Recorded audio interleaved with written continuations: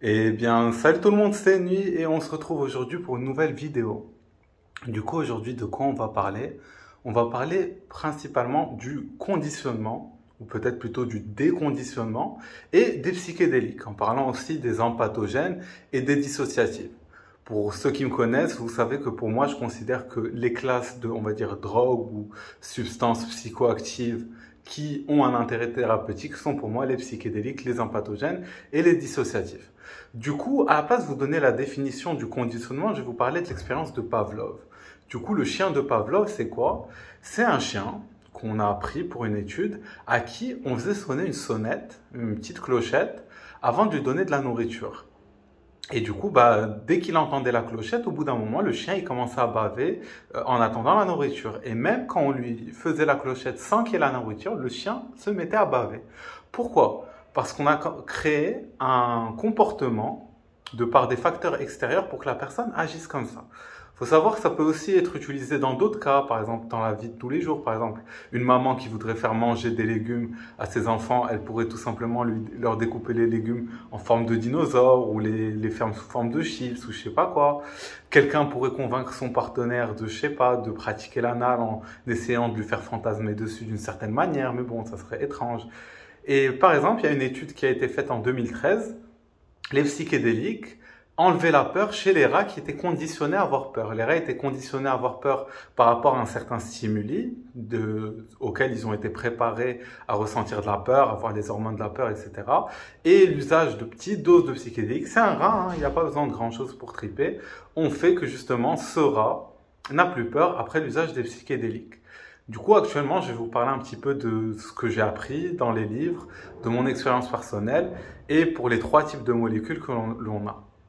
Les psychédéliques. Il faut savoir que les psychédéliques créent la mort de l'ego. La mort de l'ego, c'est quoi? L'ego, c'est la part de nous-mêmes qui s'associe au jeu, au moi, à l'identité, qui a tout un tas de bagages, un nom de famille, un emploi, des traumas, etc.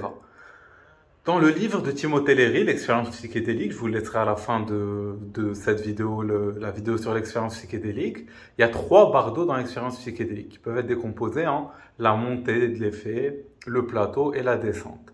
Pendant la montée, il y a la mort de l'ego, c'est pas forcément le moment où on peut faire du déconditionnement.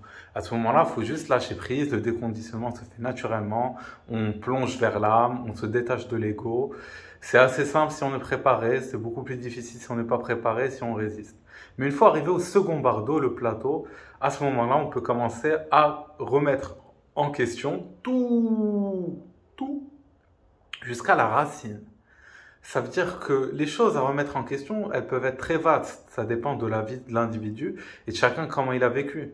Quelqu'un qui a vécu en Chine n'aura pas les mêmes choses à changer que quelqu'un qui aura vécu aux États-Unis, par exemple. Et ce que je veux dire, c'est par exemple le conditionnement. Par exemple, on voit beaucoup de gens attachés à leur religion, attachés à oui, ma religion est la vraie ou des choses comme ça. Il faut savoir que probablement la même personne, elle serait née dans une famille d'une autre culture, dans un autre bout du monde, elle aurait une autre religion à laquelle elle serait quand même complètement attachée, et voilà.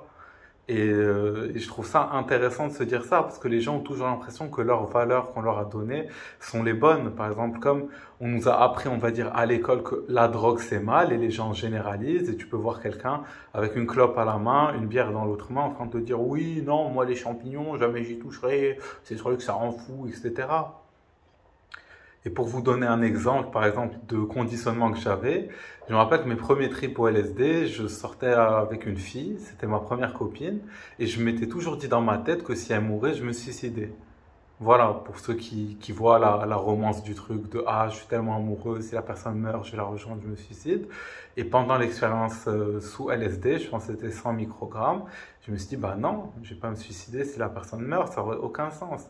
Du coup, j'avais une conviction, j'avais un conditionnement que je m'étais fait à moi-même, un auto-conditionnement que j'ai pu enlever de cette manière-là. Les empathogènes. Les empathogènes, c'est la famille de la MDMA. Du coup, il y a des molécules très intéressantes comme le 5-MAPB et 6-APB que je préfère. Et il y a le livre de Timothée Leary que je vais aussi vous laisser à la fin de la vidéo qui est MDMA Solo. Alors dans le livre MDMA Solo, ils disent que contrairement au LSD où il y a pas, où il y a déjà, c'est pas, enfin LSD, psychédélique en général, psychédélique classique en général, il n'y a pas beaucoup d'empathie qui va monter, on va très en profondeur. C'est, on va dire, assez important d'avoir un trip-sitter ou quelqu'un à qui on peut se référer. Mais la MDMA, il y a tellement d'empathie qui se libère, la peur est inhibée qu'il n'y a pas forcément besoin de quelqu'un. Le fait que il y ait besoin d'un contexte. Genre, par exemple, actuellement, les thérapies à la MDMA qui vont se légaliser, c'est des thérapies avec des thérapistes. Thérapistes. Psychothérapeutes plutôt. Mais ce que je veux dire justement, c'est que le fait de rester dans un cadre, on voit que les gens viennent et guérissent leur trauma, mais ils restent toujours dans le cadre. Et ce qu'on a envie, nous, c'est de se libérer du cadre, de think out of the box. Et du coup, voilà, avec les trips en solo dans Pathogène, on peut justement sortir de ça. Et je vais vous donner un exemple. Par exemple, moi, j'avais la peur des inconnus qui était ancrée par mon père qui me disait fais attention, tu peux pas faire confiance aux gens, etc.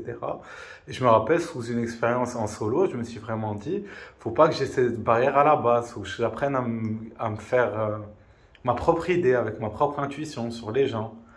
Voilà. Avec les dissociatifs, du coup, les dissociatifs, c'est la famille de la kétamine. Les dissociatifs, on peut prendre une énorme prise de recul. Je vais vous laisser juste ici ma vidéo sur les dissociatifs en général. On prend une énorme prise de recul, on peut voir une vue d'ensemble et on peut se voir de loin. À la place de se voir avec la vision de soi-même, on se voit un peu avec la vision d'un autre. Vous voyez, comme dans la vie de tous les jours, on est là, on voit nous, ses problèmes et tout. Avec un grand recul, on dit « Ah, mais en fait, je suis juste un petit être humain au milieu d'une infinité d'autres êtres humains comme moi. » Du coup, l'exemple, moi, que j'ai eu, c'était ma première expérience au DXM. J'avais à peine 18 ans, ou peut-être 17 ans et presque 18 ans. Je me suis dit, mais en fait, je dois vivre pour moi. Parce que tout le monde enfin tout le monde, la plupart des gens sont dans le people pleasing, le fait de faire plaisir aux autres. Toujours être là, oui, je dois faire plaisir à mes parents. Combien d'amis j'ai, ils me disent, ils sont pas satisfaits de leurs études et disent, oui, mais je vais finir pour mes parents, ça y est, je vais leur donner ce qu'ils veulent, le diplôme, et puis je me barre et je fais ce que je veux. Il faut savoir que le conditionnement, il peut être social, religieux, culturel. Et dans tous les cas, par exemple, Terence McKenna, il dit « Culture is not your friend ». La culture n'est pas ton ami. Parce que ces choses-là vont faire que vous ne pouvez pas être vraiment vous-même. Il faut vous libérer des schémas. Pourquoi? Pour pouvoir vraiment penser par vous-même. Et vous les êtes au-delà de la pensée. Il faut savoir que 98% des pensées qu'on a sont répétitives et inutiles. Ça veut dire on vous a mis des trucs dans la tête depuis que vous êtes petit. Vous savez la plasticité cérébrale qu'on a quand on est enfant? C'est une dinguerie. Du coup, cette plasticité cérébrale qu'on a quand on est enfant, bah, ça fait qu'on vous rentre des trucs dans la tête qui restent ancrés. Et on ne peut pas forcément le voir facilement chez soi, on va dire sobre. Mais justement, ces molécules-là, elles aident à voir les choses bien. Mais ces expériences, elles ne peuvent pas se préparer sur un coup de tête. Du coup, est-ce que j'ai vraiment un protocole à vous donner? Pas vraiment. Je dirais que l'écriture, ça peut beaucoup aider. L'écriture, ça veut dire écrire, se poser des questions, avoir une feuille, se dire « Mais pourquoi je fais cela? Mais pourquoi je veux cela? Oh là là, que se passe-t-il? Ça pristille, ça perd l'hypopète. » Et voilà, et à partir de ce moment-là, vous vous posez les vraies questions. Et après, la lecture aussi, la lecture de... Par exemple, en tout cas, les 2 livres que je vais vous passer, ils peuvent être très intéressants par rapport à tout ce qui est remise en question. Et puis, préparer son trip. Si ça vous intéresse, je pourrais même vous faire une vidéo sur le set and setting. C'est un ami à moi qui lui aussi fait des vidéos. Hallucination pour ceux qui le connaissent. Il vient de commencer. Je vous laisserai sa chaîne dans la description. Il est vraiment sympa. J'aime bien ses vidéos. Et le set and setting, c'est très important. C'est la manière de préparer ces expériences pour justement avoir les conditions optimales pour vivre cette expérience. Voilà les amis, bah du coup je traîne pas plus que ça. Je vais vous laisser ici une vidéo sur l'expérience psychédélique, le livre de Timothée Leary, et ici le livre MDMA Solo qui a été fait par la Casale Foundation, qui a aussi été coécrit par Timothée Leary. Voilà les amis, j'espère que vous avez apprécié la vidéo, j'espère que je vous ai pas trop manqué, et n'hésitez pas à me laisser des commentaires, à liker, à vous abonner, à activer la cloche.